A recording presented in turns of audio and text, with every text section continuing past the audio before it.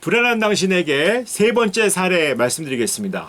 이분은 여자분이신데요. 공황을 겪으신 게 독특하게 프랑스 파리에서 겪으셨어요. 이제 파리에 가서 에펠탑으로 올라가시는데 에펠탑 관광을 가신 거죠. 그러다 이제 엘리베이터 타면서 안내를 들으셨답니다. 저긴 개선문이에요. 저기는 뽕네프의 다리예요. 이렇게 해서 너무 즐겁고 올라가는데 얼마나 멋질까라고 올라갔는데 그 엘리베이터 내리면서 사람들이 꽉 많고 그런 상황에서 갑자기 숨이 막히셨답니다. 너무 가슴이 답답해지면서 숨이 막히면서 공포가 밀려들고 어쩔 줄 몰라 하시는 거죠. 이게 우리가 이야기했지만 사람 많은 곳, 답답한 곳에서 나오는 어떤 공황 증상이라고 할 수 있죠. 그래서 심호흡을 하셨는데도 도저히 답답함이 가시지 않고 여러 가지 뭐 관광 가이드가 얘기를 하고 있는데도 무슨 소리인지 모르겠고 그러고 있었어요. 그 정도 겪으셨는데 그거는 그렇게 넘어가셨답니다. 그런데 어느 날 남자친구와 함께 영화를 보고 계셨는데 그 영화를 보고 있는 동안에 갑자기 쿵쿵쿵 소리가 들리셨대요. 이게 뭐지? 그런데 그게 바로 자기 심장 소리가 들린 거예요. 이러다가 무슨 큰일이 나는 거 아니야? 내 심장이 어떻게 되는 거 아니야? 그러다 영화관이 무너질 것 같아 라는 공포를 겪으시면서 영화관을 뛰어나왔답니다. 이게 어떻게 할 수 없었던 두 번째 경험했던 공황장애 증상이세요. 이분이 이제 외국에서 공부를 하신 분이더라고요. 그런데 이제 한국에 돌아오셨는데 한국에서 대학원에 입학했는데 한국에 적응하기가, 왜냐하면 고등학교 대학을 다 미국에서 다니시고 오히려 한국이 외국 같았던 느낌이 가셨답니다. 적응하기도 어려운데 거기서 대학원 생활 너무 바쁘고 짓누르고 스트레스였고, 그런데 이런 스트레스가 너무 해결이 안 되신 거예요. 그러다 이제 백화점이나 사람 많은데 지하철 같은 데 가면 답답한 증상이 나오고 엘리베이터 못 타고, 그러다 어느 도서관에서 공부하다가 나는 이렇게 공부하는 게 지겹지, 너무 힘들지, 그럴 때 또 답답함이 시작이 되신 거예요. 목이 조여오고 숨 막히는 것 같고 줄 것 같고 너무 무서워 하는데 옆에 사람들이 모여들고 뭐 수근수근거리고 옆에서 뭐 간질 아니야, 좀 이상하네, 이런 얘기 들으니까 더 힘들었던 거죠. 이분이 그래서 뭐 학교도 휴학을 해버렸답니다.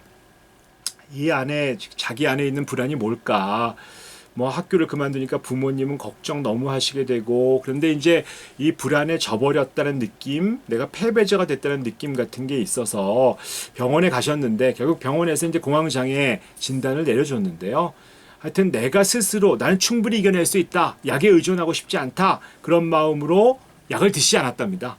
그래서 점점 더 병은 나빠지고 비행기를 탈 일이 있었는데 비행기 타다가 그때까지 안 먹었던 약을 비행기 탈 것 같으니까 좀 먹었대요. 그랬더니 갑자기 약을 안 먹고 먹은 상태에서 비행기 타고 하는데 체력은 떨어지고 뭐 힘들고 비행기 오래 타고 하는 상태에서 비몽사몽하고 공황 증상도 나타나면서 결국 휠체어를 타고 내렸답니다. 얼마나 끔찍하셨겠어요. 이런 경험들을 한다는 것 자체가. 그래서 도저히 더 이상 견딜 수가 없고 그래서 새로 병원을 찾아갔답니다.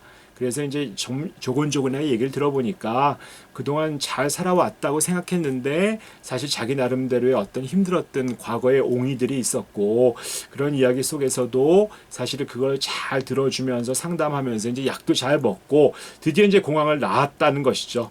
공황이라고 하는 큰 터널을 빠져나오니까 빛이 생겼다라고 볼 수 있고, 이제는 뭐 친구도 다시 만나고 공부도 다시 하고 뭐 이런 것들, 왜 이렇게 공부에 집착했을까 하는 생각을 하면서 어떤 그런 긴장 같은 것을 좀 벗어날 수 있었다는 얘기가 이제 그런 어떤 사례거든요. 거기에 대해서 이제 우리 정신과 전문의가 조곤조곤 어떤 사례에 대한 설명과 이야기를 나눠주셨어요.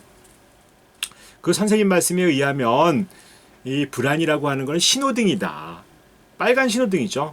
신호등이 있다고 해서 뭐 큰일 나는 거 아니지 않습니까? 내가 너무 막 달려가는 초록 신호등만 있는 게 아니라 좀 멈춰라. 빨간 신호등이 있어서 통제할 수 있게 될 때 우리가 더 안전해진다. 이렇게 설명을 해주셨고요. 우리가 항상 보면 어떤 불안이라는 게 나를 지켜주는 역할이 있다. 그래서 득이 되는데 그게 독이 될 수도 있다고 얘기했습니다. 득이 되는 불안과 독이 되는 불안을 우리가 구분할 수 있어야 된다는 거죠. 예를 들면 프로게이머 같은 경우는 게임이 그 사람한테 득이죠. 직업도 되고 그것으로 생활도 할 수 있는 건데, 그런데 게임 중독자한테는 게임이 독인 것입니다. 어떤 불안도 이렇게 이중성이 있다는 거죠. 내 안에 불안이라는 것들이 있으면 내가 너무 오버하는 거 아닌가, 내가 좀 문제가 있는 거 아닌가를 알아차리게 해줄 수 있는 것이기도 한데 그 불안에 너무 압도돼서 불안에 눌려 있으면 병적인 불안이 되는 거죠. 이분 같은 경우는 어린 나이에 외국에서 오랫동안 공부하면서 부모님의 기대가 컸을 거고 거기에 부응하기 위해서 너무 앞만 보고 전력 질주하신 거죠. 한국에 와서도 대학원 공부하면서도 힘들단 말도 못하고 그게 왜 그랬을까? 기대를 저버릴 수 없었다는 것이죠.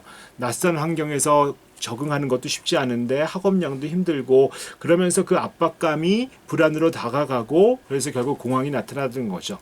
그래서 우리가 보면 그 아이가 길을 잃어버렸을 때 엄마 손을 잡고 가다가 길을 놓쳤으면 얼마나 불안하겠어요. 얼마나 공황스럽겠어요.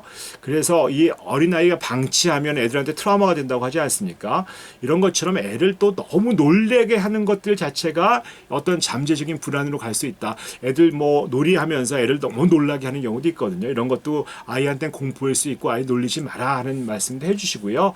대개 공황장애는 내 주변에 누가 없을 때 내가 쓰러지면 어떡하지 이런 걱정이 많거든요. 그래서 옆에서 그 공황장애를 잘 지켜주는 게 되게 소중하다라고 얘기하고 있습니다.